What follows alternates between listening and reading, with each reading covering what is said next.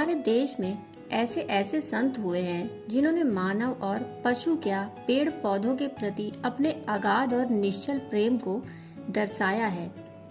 ऐसे ही 13वीं सदी में महाराष्ट्र में एक प्रसिद्ध संत हुए संत नामदेव।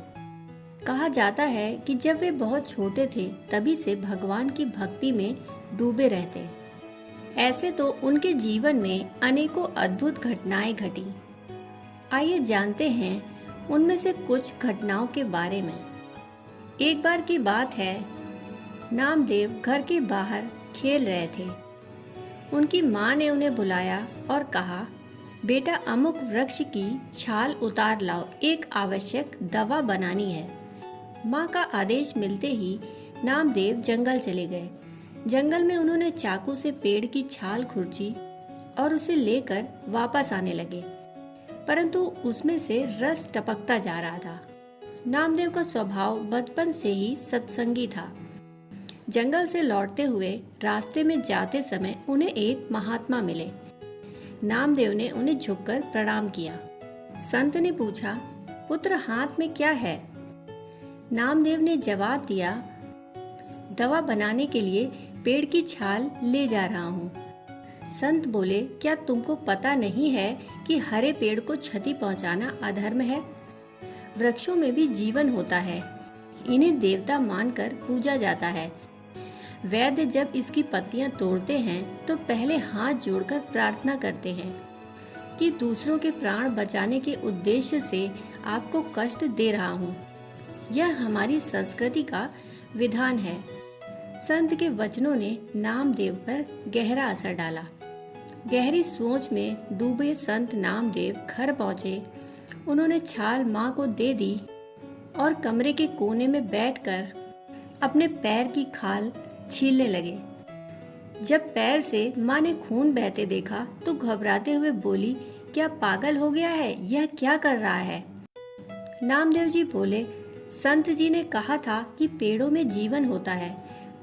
मैं पैर की खाल उतारकर यह समझने की कोशिश कर रहा हूँ कि जब मैं पेड़ की छाल उतार रहा था तब पेड़ को कितना दर्द हुआ होगा। माँ ने बेटे को गले से लगा लिया और वह समझ गई कि सत्संगी विचारों में आकर यह भी संत बन गया है। आगे चलकर यही बालक संत नामदेव के नाम से प्रसिद्ध हुआ और इन्होंने कण कण में भगवान के दर्शन किए।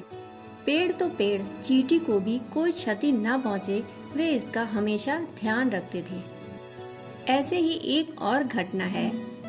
एक बार की बात है, संत नामदेव जी भोजन कर रहे थे। तभी एक कुत्ता आया और उनकी थाली से रोटी लेकर भाग गया। नामदेव जी उस कुत्ते के पीछे पीछे घी का कटोरा लेकर भाग पड़े। भागते भागते वह कह रहे थे, भगवान रूखी रोटी कैसे खाओगे, साथ में घी भी ले लो। संत नामदेव के चरम भावावस्था को इस छोटे से दृष्टांत से समझा जा सकता है। ऐसे थे संत नामदेव, जिनका नाम आज भी पूरे महाराष्ट्र में श्रद्धा के साथ लिया जाता है।